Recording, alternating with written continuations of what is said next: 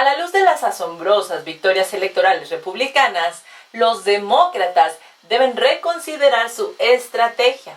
¿Qué hacer para las próximas elecciones parciales y para el 2024? Por otro lado, los demócratas quieren comprar votos, convirtiendo a los inmigrantes ilegales en potenciales millonarios. Y por último, el senador republicano Josh Hawley presentó el martes el Arming Taiwan Act, que tiene como objetivo fortalecer las capacidades de guerra de Taiwán. A ti que buscas la verdad, bienvenido. Soy Laura Hernández y esto es Factor Sorpresa. ¡Comenzamos! Comenzamos el programa con la contienda electoral de New Jersey, donde el actual gobernador demócrata Phil Murphy anunció que derrotará por poco al candidato republicano Jack Ciattarelli. Esto aunque el conteo final aún no está completo. La carrera está tan reñida que al menos ayer por la noche los dos candidatos estaban separados por menos del 1%.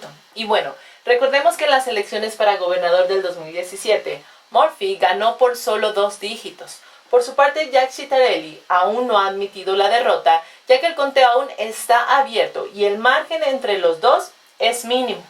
Tucker Carlson tuvo a bien decir que los resultados de las elecciones del martes pasado nos han hecho repensar la letanía de mentiras que nos han alimentado a la fuerza sobre la política estadounidense y la forma en que se maneja el país. Claramente, estamos en un punto de inflexión. Murphy, el autoproclamado rey de Nueva Jersey, pensó que iba a ganar por un gran margen. De hecho, hace un año Joe Biden ganó en Nueva Jersey por 16 puntos, pero ese no es el caso. Y hasta ahora, el margen de victoria de Murphy es de menos del 1%. ¿Acaso él verá esto como un respaldo a sus políticas? Por otro lado, tenemos otra victoria ahí mismo en New Jersey de Edward Durr, un camionero que gastó un total de $150 en su campaña, venciendo al presidente del Senado de Nueva Jersey, Stephen Sweeney. En una entrevista para Fox News, Durr dijo que él no había vencido, que la gente de Nueva Jersey había vencido y que era su voz la que se estaba escuchando debido al cansancio de todo lo que se ha suscitado con los encierros y mandatos desenfrenados. Y como les contamos ayer, Minneapolis, la cuna del liberalismo blanco, ha rechazado abrumadoramente una medida que habría quitado los fondos a su propia policía y se habría deshecho de su departamento de policía por completo. Resulta que incluso en lugares como estos, los votantes todavía ven la necesidad de la policía. Como dijo Wilson Sears, quien fue elegida vicegobernadora de Virginia en su discurso de victoria, la cito: "Hay algunos que quieren dividirnos y no debemos permitir que eso suceda. Quisieran hacernos creer que estamos en 1963, el tiempo en que mi padre llegó aquí. Podemos vivir donde queramos, podemos comer donde queramos. Somos dueños de las fuentes de agua. Hemos tenido un presidente negro elegido no una sino 2 veces, y aquí estoy yo como una prueba viviente". Ahora, cuando la campaña electoral de Virginia comenzó por primera vez hace 5 meses, pocas personas parecían favorables.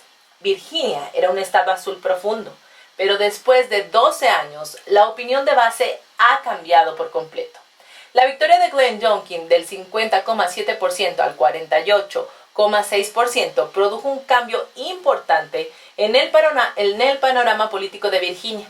Si bien aún no se han anunciado los resultados finales, la situación en Nueva Jersey fue similar, con el candidato demócrata pasando de una aparente segura victoria a una división de último minuto.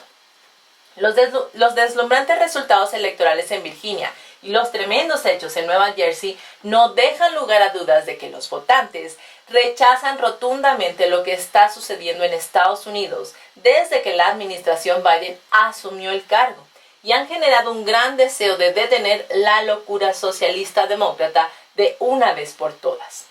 Los republicanos en esta elección vieron a Youngkin unirse a Sears y al candidato fiscal general Jason Miyares en temas políticos de antiteoría crítica de la raza, pro-ley y orden, y en la baja de impuestos, una plataforma de reforma del sentido común.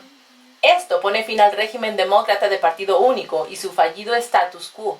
Estas plataformas electorales son el mensaje exacto que los republicanos nacionales enviarán a los votantes en las elecciones de mitad de periodo del 2022. A lo que se podía ver como un inicio, Maulack comenzó pensando que podría ganar fácilmente las elecciones en este estado azul confiable, por lo que en su campaña simplemente ofreció palabras vacías y un tanto más liberales y, por supuesto, usando como estrategia básica de su campaña el ataque al expresidente Donald Trump. Bastante ingenioso, ¿no creen? También continuó insistiendo arrogantemente en que los padres de familia no deberían decirle a las escuelas lo que deberían enseñar. Esto incluso después de que un adolescente transgénero violara a una estudiante en una escuela del condado de Loudoun. Esta situación, que sabemos, enfureció por completo a los padres de Virginia. Youngkin aprovechó este tema clave y forjó una poderosa alianza con los padres de Virginia, un grupo de votantes muy influyentes.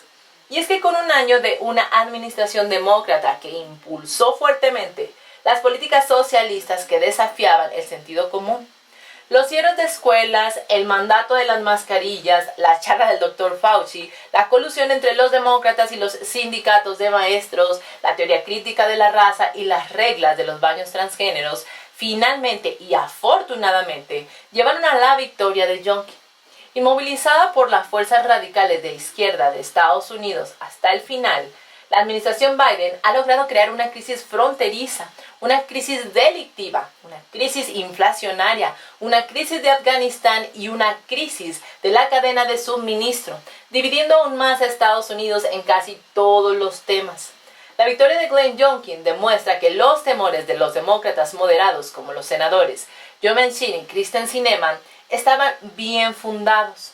Así que ahora, enfurecidos por los resultados de las elecciones, puede que estén aún más decididos a exigir que la Cámara vote sobre el proyecto de ley de infraestructura por separado del proyecto de ley de gasto social más amplio. Pero está claro que la administración demócrata de Biden no ha aprendido la lección de las pérdidas demócratas del martes y duplicará su plan de gastos masivos. Pero la tendencia actual sugiere que es muy probable que esta agenda radical sea finalmente derogada porque el público estadounidense se niega a convertirse en un estado socialista. Este es el momento en que le das me gusta a la emisión de hoy y te suscribes al canal si es que aún no lo has hecho. Tu apoyo impulsa mucho a nuestro proyecto. También te recuerdo que compartir nuestro contenido con familia, amigos o en tus redes sociales consolida nuestro canal y lo hace más visible para más gente, ya que cuando compartes obligas al algoritmo de YouTube a acercar la verdad a un mayor público. Por tu apoyo, muchísimas gracias. Continuamos con las noticias. Y por si fuera poco, veamos otro plan alucinante de la administración Biden. Según el Wall Street Journal, la administración Biden planea pagar hasta $450,000 por persona a los inmigrantes ilegales que fueron separados por las autoridades federales de inmigración bajo la administración Trump. Así que una familia de, 4 miembros podría recibir la cuantiosa cantidad de 1.8 millones en pagos de los contribuyentes estadounidenses. En otras palabras, una familia de inmigrantes ilegales podría conseguir el sueño americano fácilmente. Según los informes, funcionarios del Departamento de Justicia, el DOJ, el Departamento de Seguridad Nacional, el DHS, y el Departamento de Salud y Servicios Humanos son los que están involucrados en las negociaciones de la demanda presentada por la Unión Estadounidense de Libertades Civiles en nombre de cientos de inmigrantes ilegales. La propuesta ha provocado un número creciente de protestas en el Congreso y en otros lugares. Los senadores republicanos Josh Hawley, John Kennedy y otros 9 senadores republicanos escribieron una carta a Biden el 1 de noviembre. En la carta declararon lo siguiente: el gobierno ahora busca recompensar financieramente a los extranjeros que violaron nuestras leyes. La administración anterior ya había tomado medidas para garantizar que el DHS pudiera mantener la custodia de las unidades familiares detenidas a lo largo de la frontera y acusadas de entrar de forma ilegal, en lugar de separar a la familia y transferir a los padres a detención criminal. La carta también señala que el gobierno ya firmó un acuerdo de conciliación en el 2018 para abordar las preocupaciones sobre la separación familiar. Sin embargo, el nuevo acuerdo que el DHS está considerando haría que el gobierno pagara potencialmente más de $1.000 millones a los inmigrantes ilegales basándose en acusaciones de que el DHS les causó daño emocional intencionalmente. Los legisladores republicanos dijeron que Estados Unidos da la bienvenida a inmigrantes de todo tipo y de todo el mundo y se ha fortalecido, ya que el país se ha fortalecido gracias a las contribuciones de generaciones de inmigrantes legales. En realidad, estos ilegales ignoran los procedimientos normales de inmigración del país. La práctica del gobierno de recompensar a los inmigrantes ilegales con dinero es contraria a la ley estadounidense y solo fomentará una mayor inmigración ilegal y creará una crisis fronteriza aún mayor. La administración Biden revirtió la política de quedarse en México de la era Trump y 2 veces trató de incluir nuevas leyes de inmigración en su plan de gastos de reconciliación, el Build Back Better de $3,5 billones. Pero en ambas ocasiones los legisladores del Senado rechazaron los planes. Esta semana, los demócratas anunciaron que están haciendo un tercer intento. Y en otras noticias, las últimas estimaciones del Departamento de Defensa sugieren que el Partido Comunista Chino podría tener al menos 1.000 ojivas nucleares para el 2030, un aumento significativo con respecto a la proyección del año pasado de que llegaría a 400 ojivas nucleares en 10 años. Washington está cada vez más preocupado por el potencial de crecimiento rápido del arsenal nuclear del PSC, a medida que la competencia entre los dos países se intensifica en varios campos. Si bien estas cifras aún están muy por debajo de las existencias nucleares actuales de los Estados Unidos, representan un cambio significativo con respecto a las estimaciones de Estados Unidos del año pasado. En su informe del 2020, el Pentágono advirtió que para el 2030 el PSC tendría más de 400 ojivas nucleares. Por su parte, Estados Unidos tiene actualmente un arsenal de 3.750 ojivas nucleares, de las cuales 1.389 se habían desplegado hasta el 1 de septiembre. Ahora, el informe anual del Pentágono señala que el PSC está invirtiendo y ampliando el número de plataformas de suministro nuclear terrestre, marítimo y aéreo, y construyendo la infraestructura necesaria para respaldar una importante expansión de sus fuerzas nucleares. En este informe anual, el Pentágono reitera su preocupación por la creciente presión sobre Taiwán, así como su preocupación por los programas químicos y biológicos y los avances tecnológicos del Partido Comunista. Pero el informe hace especial hincapié en el creciente arsenal nuclear del PSC. El PSC está acelerando la fuerza de sus militares, lo que ha exacerbado serias tensiones con Estados Unidos. También ha llevado a Washington a modernizar el ejército para contrarrestar las ambiciones del PSC. Estados Unidos ha instado repetidamente al PSC a unirse al Tratado de Control de Armas con Estados Unidos y Rusia, pero el PSC se ha negado. Por su parte, el informe del Pentágono no ofrece nuevas conclusiones sobre los planes del PSC para Taiwán, pero argumenta que su poder en expansión ha mejorado las opciones disponibles. Y bueno, los funcionarios del Pentágono señalan que la rápida modernización de las Fuerzas Armadas del PSC se considera un elemento integral de la estrategia del PSC y es poco probable que sea un esfuerzo temporal. Según el informe, el PSC está construyendo al menos 3 sitios de misiles que albergarán de manera acumulativa cientos de nuevos silos de misiles balísticos intercontinentales. El Partido Comunista Chino ya ha establecido una base militar en Dushanbe, en el Cuerno de África, para apoyar sus objetivos. El Pentágono dijo que el PSC quiere construir más instalaciones en el extranjero y está considerando más de una docena de países, incluidos Camboya, Pakistán y Angola. Tal red podría interferir con las operaciones militares de Estados Unidos y apoyar ataques contra el Departamento de Defensa, escribieron los funcionarios. Estados Unidos ha tratado de contrarrestar la expansión militar comunista mediante la construcción de una red más profunda de socios y aliados en la región del Indo-Pacífico. Estos esfuerzos incluyen un compromiso más profundo con India y Australia. La administración Biden acordó recientemente compartir la tecnología de submarinos nucleares de Estados Unidos con Australia, Recordemos que Estados Unidos solo había compartido anteriormente esta tecnología con el Reino Unido. Por último, el senador republicano Josh Hawley presentó el martes el Arming Taiwan Act, la ley de armado de Taiwán, que tiene como objetivo fortalecer las capacidades de guerra de Taiwán. El proyecto de ley propone autorizar 3.000 millones por año para fortalecer las capacidades de defensa de Taiwán contra la amenaza potencial de agresión del Partido Comunista Chino. El proyecto de ley enfatiza que los fondos proporcionarán a Taiwán el equipo, la capacitación y otro apoyo militar necesario para acelerar la actualización de las capacidades de guerra de Taiwán. El senador dijo, y lo cito: Taiwán está en grave peligro, pero el futuro aún no está escrito.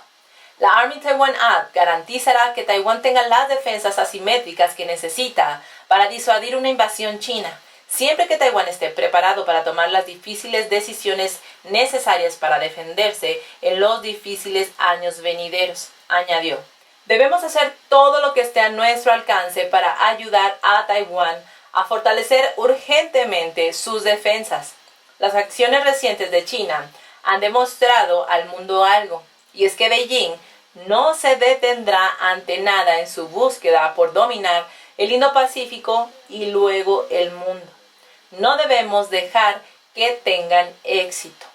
El proyecto de ley establece que Estados Unidos venderá, arrendará o proporcionará armas convencionales a Taiwán en el futuro para defenderse de las amenazas militares del PSC, siempre que Taiwán haya avanzado en el despliegue de una capacidad de defensa asimétrica creíble. Mientras tanto, en el Congreso existe un acuerdo bipartidista de que la amenaza de una invasión comunista de Taiwán está aumentando rápidamente y que se espera que el nivel de peligro del PSC aumente aún más para el 2025. Al garantizar que Taiwán pueda mantener las capacidades de autodefensa adecuadas, Estados Unidos está mostrando un gran interés en prevenir una invasión comunista de Taiwán.